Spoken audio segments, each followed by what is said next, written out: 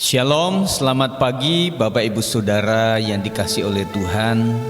Tidak terasa bahwa kita sudah memasuki di bulan yang baru, di minggu pertama pada bulan Juli. Dan kita tetap bergumul, tetap berdoa supaya pandemik ini segera usai dan kemudian kita bisa normal ibadah kembali. Tetapi tidak mengurangi untuk kita merasakan hadirat Tuhan meskipun dari rumah. Mari kita berdoa bersama-sama supaya ibadah online pada hari-hari ini tetap hadirat Tuhan turun untuk memberkati semua kita, baik yang ada di rumah maupun di tempat lain. Kiranya berkat Tuhan melimpah. Mari kita akan berdoa. Tuhan Yesus berkati pagi ini. Di dalam ibadah online ini Tuhan tetap berkarya luar biasa, supaya hadirat-Mu senantiasa menyertai setiap kami. Ibadah ini diberkati oleh Tuhan di dalam nama Tuhan Yesus Kristus. Haleluya. Mari kita sembah Tuhan. Haleluya. Yesus, Engkau sungguh baik, sungguh Engkau baik. Terpujilah nama-Mu, terpujilah Engkau. Mari kita naikkan pujian ini dengan sungguh. Sungguh besar setiamu, Kau nyatakan bagiku. Kau Bapa yang selalu mengerti isi hatiku.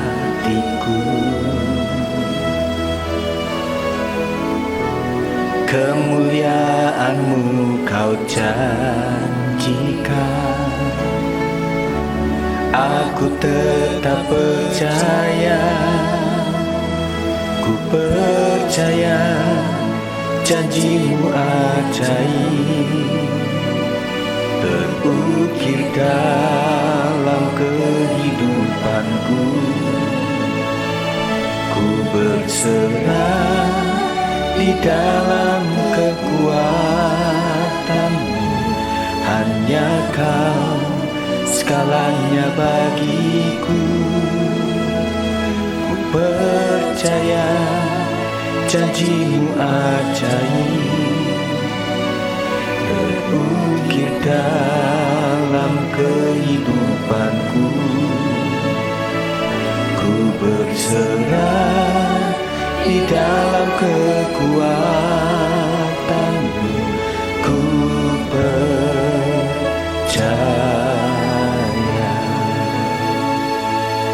Mari yang percaya kepada Tuhan, kita naikkan pujian ini dengan sungguh-sungguh lagi sambil kita menyembah Tuhan. Sungguh besar setiamu, Kau nyatakan bagiku. Kau Bapa yang selalu mengerti isi hatiku. Kemuliaan-Mu Kau janjikan, aku tetap percaya, ku percaya janji-Mu ajaib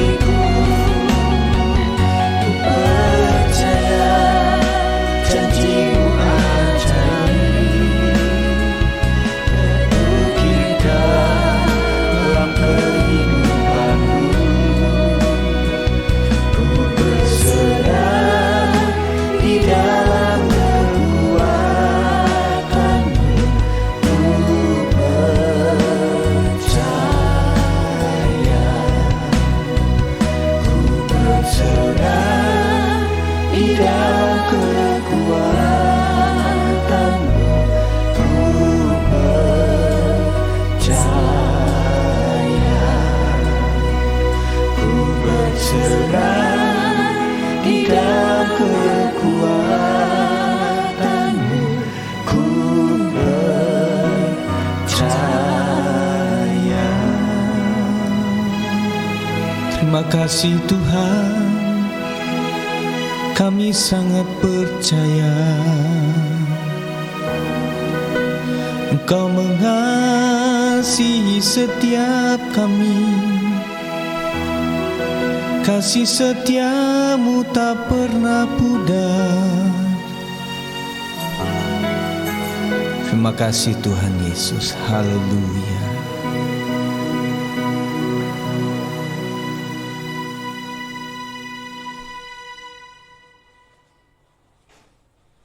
Haleluya. Tuhan memberikan janji kepada kita bahwa Tuhan akan merubah ratap kita menjadi tari-tarian. Artinya bahwa di belakang sana nanti kita akan mengalami kemenangan yang luar biasa. Mari nyanyikan pujian ini dengan sungguh-sungguh. Kau ubah rataku jadi tarian, Kau bukakan kain kabungku, Kau berikan sukacita, jiwaku bermazmur. Dengan segenap kekuatanku memuji-Mu Tuhan. Kau ubah ratapku jadi tarian, Kau bukakan kain kabungku, Kau berikan sukacita, jiwaku bermazmur. Dengan segenap kekuatanku memuji-Mu Tuhan. Ku tak akan berdiam, memuji-Mu selalu. Ku bersyukur padamu selama-lamanya. Amin. Mazmur 30 ayat 11 mengatakan, Aku yang meratap telah Kau ubah menjadi orang yang menari-nari. Kain kabungku telah Kau buka, pinggangku Kau ikat dengan sukacita. Haleluya. Kau ubah ratapku jadi tarian, Kau bukakan kain kabungku, Kau berikan sukacita, jiwaku bermazmur. Dengan segenap kekuatanku memuji-Mu Tuhan. Kau ubah ratapku jadi tarian, Kau bukakan kain kabungku, Kau berikan sukacita, jiwaku bermazmur.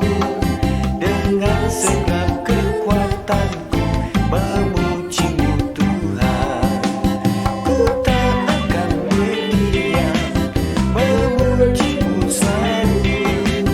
Ku bersyukur padamu selama-lamanya. Amin. Ku tak akan berdiam, memuji-Mu selalu. Ku bersyukur padamu selama-lamanya. Amin. Ku tak akan berdiam, memuji-Mu selalu. Ku bersyukur padamu selama-lamanya. Amin. Selama-lamanya. Amin. Selama-lamanya. Amin. Puji Tuhan Yesus, pada saat pagi ini kita boleh ada di dalam anugerah Tuhan. Dan saya percaya bahwa tugas kita adalah memberitakan kabar baik, baik pada saat keadaan baik maupun pada saat tidak baik. Jadi pesankan apapun yang merupakan kabar baik buat orang lain, sehingga hidup kita boleh hidup menjadi berkat. Puji Tuhan saudara, kita sudah sampai kepada minggu pertama di bulan Juli ini. Dan sebelum kita menerima perjamuan kudus, kita akan terima firman Tuhan, kita akan berdoa. Tuhan Yesus berkati dimanapun umat-Mu berada. Kami percaya Immanuel, Tuhan Maha Hadir dimanapun. Dan kami percaya saat ini pun Tuhan hadir untuk memberkati kami melalui kebenaran firman Tuhan.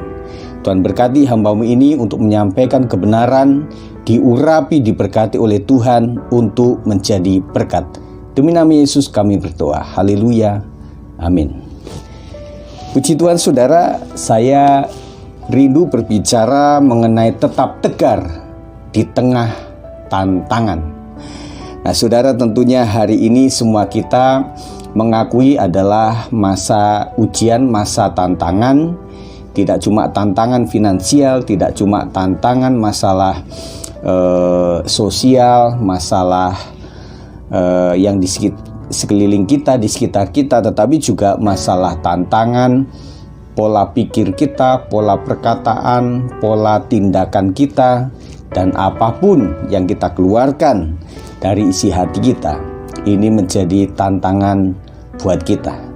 Saya pesankan, situasi boleh tidak baik, tetapi kita harus tetap memiliki hati, perkataan, pikiran yang tetap baik.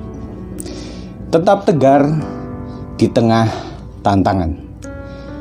Setiap manusia bertumbuh dari bayi sampai dewasa dan akan menua.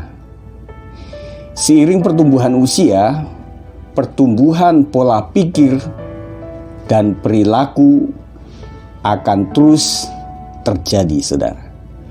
Pola pikiran dan perilaku serta mental dipengaruhi oleh lingkungan dan yang saya sebut sebagai guru. Dalam tanda petik, saudara. Jadi guru itu tidak selalu dalam bentuk orang, tokoh secara formal yang disebut guru, tetapi siapapun, baik itu wujudnya manusia atau wujudnya tulisan atau gambar atau video, apa yang kita baca, apa yang kita dengar, itu juga bisa menjadi guru bagi kita sekalian. Ada guru formal, saya katakan tadi, dan juga guru non formal. Guru formal tentunya kita dibatasi oleh waktu dan jam. Nah, apalagi sekarang kita sebagai orang tua yang sudah tidak sekolah, tidak kuliah, tentunya guru formal sudah tidak kita miliki. Yang kita miliki adalah guru-guru non formal. Ada istilah salah asuh, saudara. Nah, kita bisa memiliki guru dari manapun dan siapapun atau apapun. Nah, ketika kita salah baca, kita salah dengar, salah melihat, akhirnya salah persepsi, akhirnya salah pola pikir kita, dan itu disebut juga sebagai salah asuh. Sehingga membuat salah asuh ini memunculkan hal-hal yang buruk di hari-hari, di masa-masa berikutnya. Sewaktu kecil, apapun masuk dalam otak kita dan itu dianggap sebagai kebenaran. Ya, waktu kecil apapun yang kita dengar, itu baik atau tidak baik, itu benar atau tidak benar, kita anggap sebagai sesuatu yang benar. Setelah dewasa, manusia menjadi bisa memilah dan memilih apapun secara mandiri dan sudah masuk kepada ranah hak asasi manusia. Waktu kecil kita diatur, kita diputuskan oleh orang lain yang namanya orang tua. Tetapi pada saat kita sudah dewasa, kita yang memutuskan sendiri dan kemudian orang lain hanya menasihati saja. Nah, oleh sebab itu saudara, di dalam perkumpulan jemaat atau perhimpunan jemaat, seorang gembala pun memberikan saran, memberikan acuan dan kemudian memberikan aturan-aturan koridor yang artinya nanti kembali kepada keputusan jemaat masing-masing. Nah, dari sinilah status diri anak termasuk agama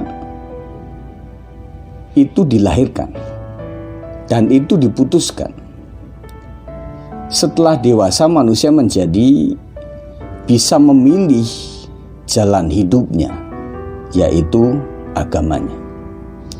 Di level dewasa inilah pengaruh masa kecil tetap besar. Nah, oleh sebab itu ada karakter-karakter yang dibentuk sejak dari anak sampai sekarang masih ada.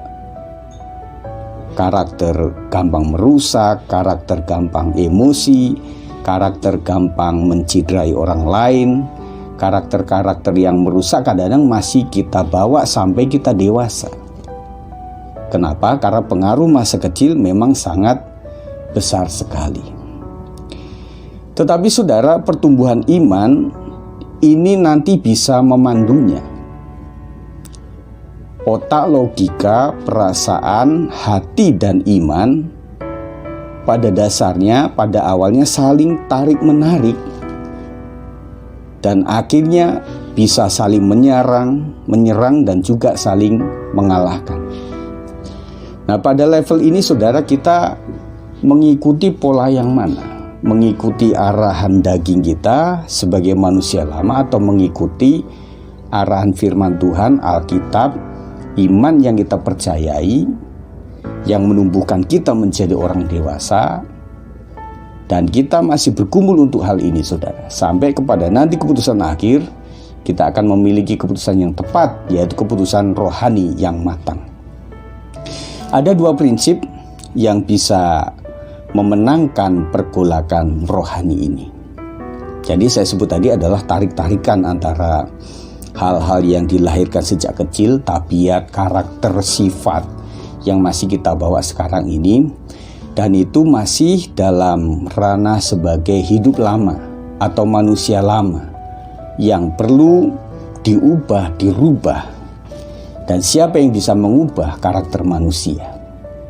Ada orang berpikir bahwa waktu kecil masih gampang dirubah, tetapi kalau orang sudah tua, susah untuk dirubah karakternya dan sebagainya.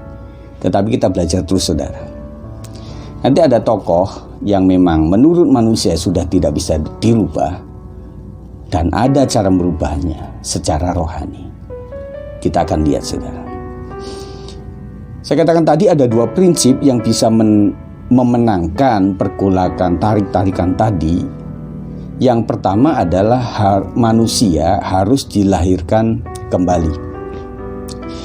Di dalam Yohanes 3 ayat 1-5 mengatakan, adalah seorang Farisi yang bernama Nikodemus, seorang pemimpin agama Yahudi. Ia datang pada waktu malam kepada Yesus dan berkata, "Rabi, kami tahu bahwa engkau datang sebagai guru yang diutus Allah, sebab tidak ada seorang pun yang dapat mengadakan tanda-tanda yang engkau adakan itu jika Allah tidak menyertainya." Yesus menjawab katanya, "Aku berkata kepadamu, sesungguhnya jika seorang tidak dilahirkan kembali, ia tidak dapat melihat kerajaan Allah." Kata Nikodemus kepadanya, "Bagaimanakah mungkin seorang dilahirkan kalau ia sudah tua? Dapatkah ia masuk kembali ke dalam rahim ibunya dan dilahirkan lagi?" Jawab Yesus, "Aku berkata kepadamu, sesungguhnya jika seorang tidak dilahirkan dari air dan roh, ia tidak dapat masuk ke dalam kerajaan Allah." Jadi Nikodemus adalah seorang yang sudah cukup tua, dan kemudian kemustahilan yang dia dengarkan adalah bahwa Nikodemus harus dilahirkan kembali. Itu hal yang tidak mungkin. Nah saudara, kita belajar bahwa manusia yang sudah dewasa tentunya, saya katakan tadi, susah untuk dirubah. Bahkan orang yang paling tua di atas dia pun susah untuk merubah seseorang. Dan dia katakan, "Aku memang sudah begini. Tidak ada yang bisa mengatur aku, tidak ada yang bisa merubah aku." Dan dalam hati dia katakan bahwa Tuhan pun tidak bisa mengubah aku. Sebuah kesombongan yang luar biasa. Tetapi Tuhan katakan kepada Nikodemus, "Kamu harus dilahirkan kembali secara air dan roh." Nah, orang bisa diubahkan pola hidupnya yang tadinya rapuh untuk menjadi kuat, yang tadinya mudah berpikir negatif menjadi berpikir yang baik, positif. Caranya adalah bahwa manusia lama, karakter lama itu harus matikan, kemudian dilahirkan kembali secara rohani. Nah saudara, tantangan bagi kita adalah banyak kita yang mungkin merasa bahwa saya susah sekali untuk merubah karakterku. Saya pastikan bahwa orang ini tidak bisa merubah karakternya karena dia belum dilahirkan kembali. Secara air mungkin sudah, tetapi secara roh mungkin belum. Dan mintalah kuasa Tuhan.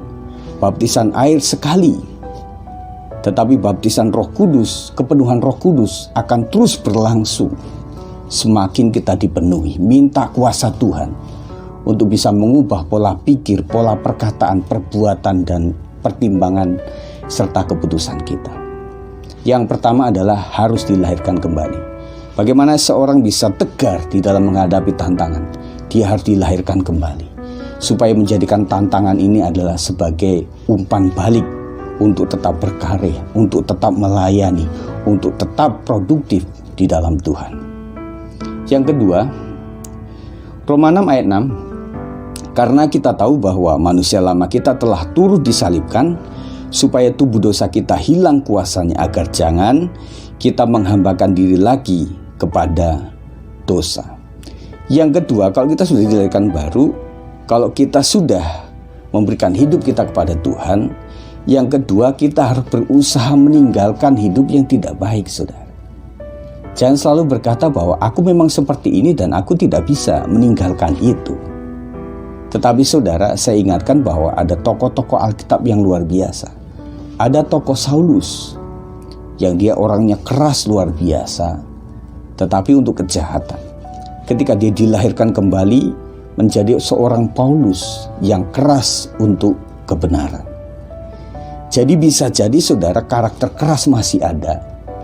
Tetapi kalau dulu keras, asal keras untuk kejahatan, tetapi sekarang keras untuk kebenaran. Ada yang namanya Simon Petrus. Awalnya dia adalah orang yang sombong, tetapi berakhir dengan menyangkal diri, menyangkali Tuhan maksud saya. Dan kemudian setelah dipulihkan, dia menjadi seorang batu karang yang teguh. Saudara, ternyata orang-orang yang sudah dewasa bisa diubahkan ketika dia mulai lahir kembali di hadapan Tuhan dan mulai meninggalkan kehidupan yang lama. Nah, hari ini kita akan belajar satu tokoh yang menjadi tokoh wanita, perempuan yang saya sangat kagumi, yaitu tokoh Rut, saudara. Saya akan membacakan, saudara sangat hafal dengan cerita ini, dan saya akan membacakan agak panjang. Di dalam Rut 1 ayat 11 sampai 18 mengatakan, tetapi Naomi berkata, pulanglah anak-anakku, mengapakah kamu turut dengan aku? Bukankah tidak akan ada lagi anak laki-laki yang kulahirkan untuk dijadikan suamimu nanti?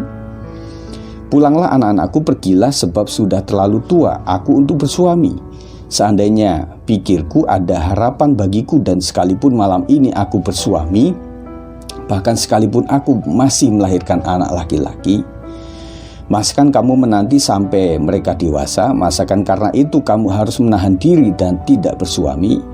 Janganlah kiranya demikian, anak-anakku. Bukankah jauh lebih pahit yang aku alami daripada kamu? Sebab tangan Tuhan teracung terhadap aku. Mengapa pula mereka dengan suara keras menangis pula, maksud saya, mereka dengan suara keras, lalu Orpa mencium mertuanya itu minta diri. Tetapi Rut tetap berpaut padanya. Berkatalah Naomi, telah pulang iparmu kepada bangsanya dan kepada para allahnya. Pulanglah mengikuti iparmu itu. Tetapi kata Rut, janganlah desak aku meninggalkan engkau dan pulang dengan tidak mengikuti engkau. Sebab kemana engkau pergi, ke situ jugalah aku pergi, dan di mana engkau bermalam, di situ jugalah aku bermalam. Bangsamulah bangsaku, dan Allahmulah Allahku. Di mana engkau mati, aku pun mati di sana, dan di sanalah aku dikuburkan. Beginilah kiranya Tuhan menghukum aku, bahkan lebih Lagi daripada itu, jikalau sesuatu apapun memisahkan aku dari engkau, selain daripada maut. Tetapi Naomi melihat bahwa Rut berkeras untuk ikut bersama-sama dengan dia. Berhentilah ia berkata-kata kepadanya. Rut ini adalah orang percaya baru, tetapi memiliki iman yang tak tergoyahkan. Di sana sini masih ada orang yang cukup panjang umur kekristenannya, tetapi masih seperti orang yang baru percaya, orang yang baru beriman, orang yang baru saja beribadah, orang yang baru saja belajar berdoa, orang yang baru saja mengikuti kegiatan-kegiatan rohani. Saudara, Rut ini memiliki tantangan yang berat. Yang pertama, suami sudah tidak ada. Yang kedua, bahwa kepindahan mereka mengharuskan Naomi mengizinkan mereka untuk berpisah. Dan itu adalah saran yang sangat logis, di mana nggak mungkin Naomi akan melahirkan anak lagi. Kalaupun melahirkan beberapa hari atau beberapa bulan kemudian, tidak mungkin mereka menunggu sampai dewasa. Dan kemudian saran, himbauan daripada mertuanya yang mengatakan kembalilah kepada bangsamu, kembalilah kepada Allahmu, itu adalah saran yang sangat seharusnya memacu keputusan untuk tidak mengikuti Naomi lagi. Tetapi saya perhatikan bahwa kedewasaan rohani seorang Kristen baru, kalau saya istilahkan hari ini, yang ada pada Rut ini luar biasa. Kita perlu contoh, saudara. Meskipun dia baru saja mengenal Allahnya, tetapi cintanya kepada Tuhan luar biasa. Dia tetap mengikuti Naomi bukan karena ada harapan secara fisikal. No, tidak. Tetapi dia tahu bahwa Naomi adalah seorang sederhana dan tidak mungkin di sana nanti akan mendapatkan apa-apa dan memiliki apa-apa. Tetapi yang dia pertahankan adalah imannya kepada Tuhan. Nah, saudara, tentunya hari-hari ini di model yang berbeda, di masalah yang berbeda, kita tetap memiliki tantangan. Tetapi apa yang membuat kita tetap tegar meskipun alasannya logis? Kalau tidak ada alasan, orang tidak mudah kecewa. Tetapi banyakkan orang kecewa itu karena logis. Logis pendeta saya ngecewain saya. Logis anak-anak Tuhan lain mengecewakan saya.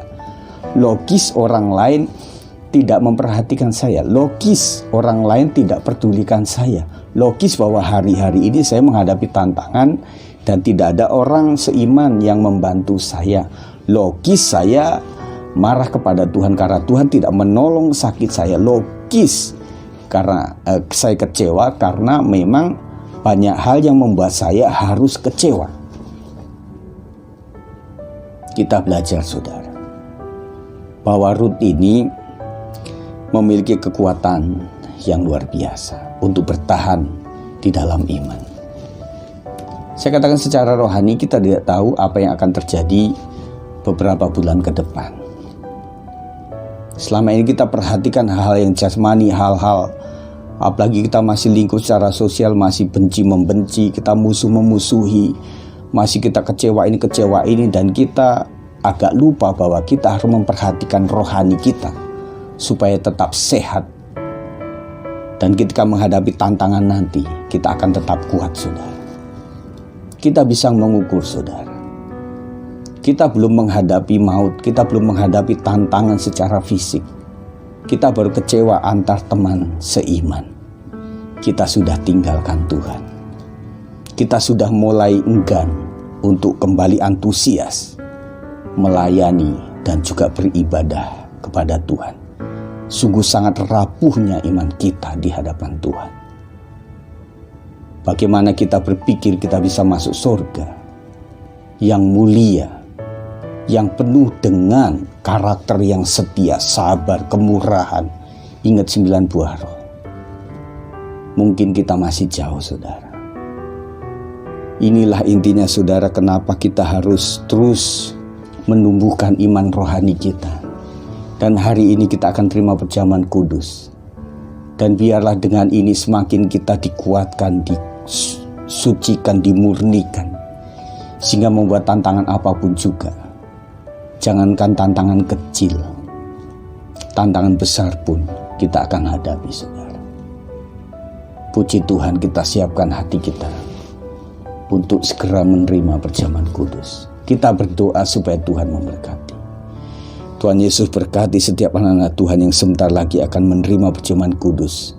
Yang sebentar lagi akan menerima bagaimana bersatu dengan tubuh dan darah Kristus. Kami percaya kekuatan ini kami butuhkan. Tidak cuma hari ini, tetapi ke depan masih panjang. Kami harus melewati segala penderitaan, segala tantangan. Dan kami membutuhkan kuasa Tuhan untuk ini. Tuhan tolong kami, berkati kami. Dalam nama Yesus kami percaya Tuhan bekerja. Haleluya.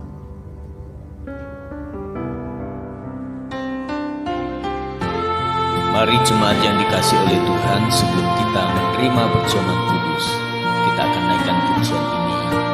Kita tahu bahwa Tuhan berkorban untuk menebus segala dosa kita. Mari naikkan pujian dengan kesungguhan hati. Kemurahan Bapa-Ku, berikan anaknya.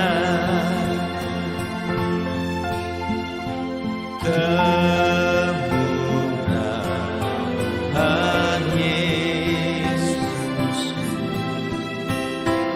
tebus dosaku. Di kota yang mati bagiku,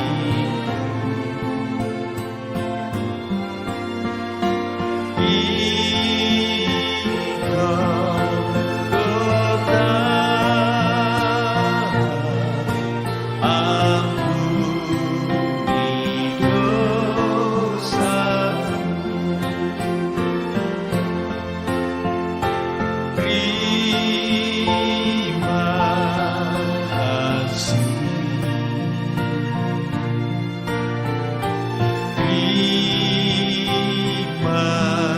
Terima kasih. Terima kasih Yesus, Beri selamatkan.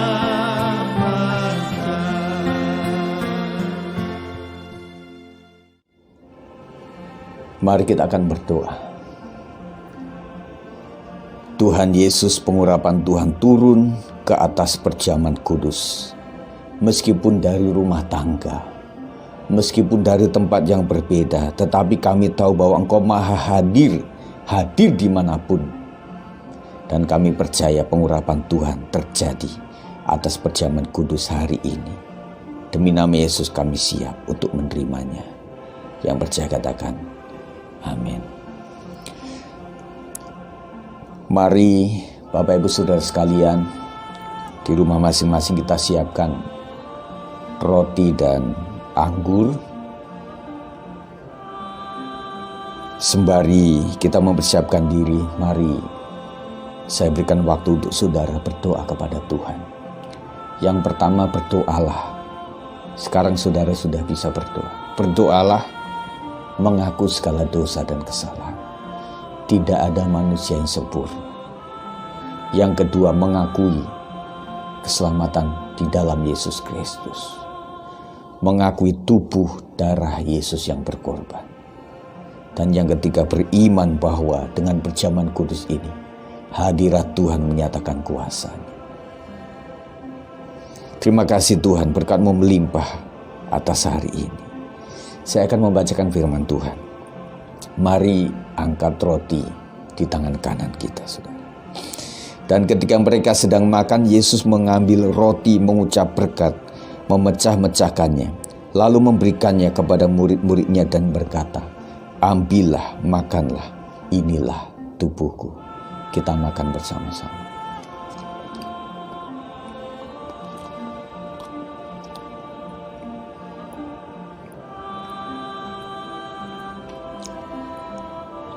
Kita siapkan anggur di tangan kanan.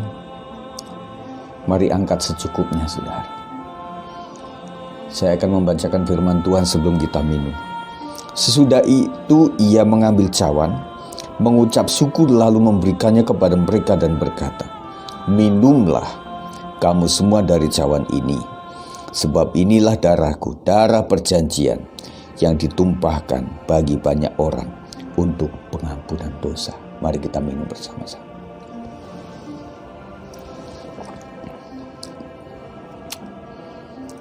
Mari kita bersyukur kepada Tuhan.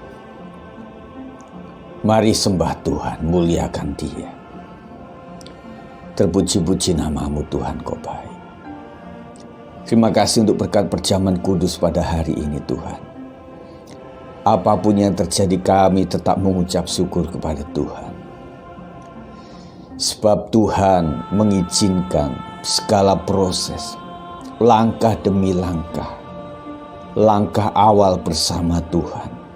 Dan kami percaya Engkau tetap menyertai sampai akhir daripada proses. Kami percaya Tuhan, selalu ada perjuangan sebelum adanya kemenangan. Selalu ada pertandingan sebelum ada piala. Dan selalu ada mahkota sebelum itu terjadi Tuhan. Kami harus tetap setia kepada Tuhan. Biarlah berkat kasih karunia Tuhan menyertai semua jemaat GBS 56. Berkat di dalam nama Bapa, Anak, dan Roh Kudus. Di dalam nama Tuhan Yesus Kristus. Memberkati Bapak Ibu Saudara hari ini. Sampai Tuhan datang yang kedua kalinya. Yang percaya berkata, Berkatilah kami, berkatilah kami, di dalam nama Bapa, Putra, Roh Kudus. Berkatilah kami, di dalam nama Bapa, Putra, Roh Kudus.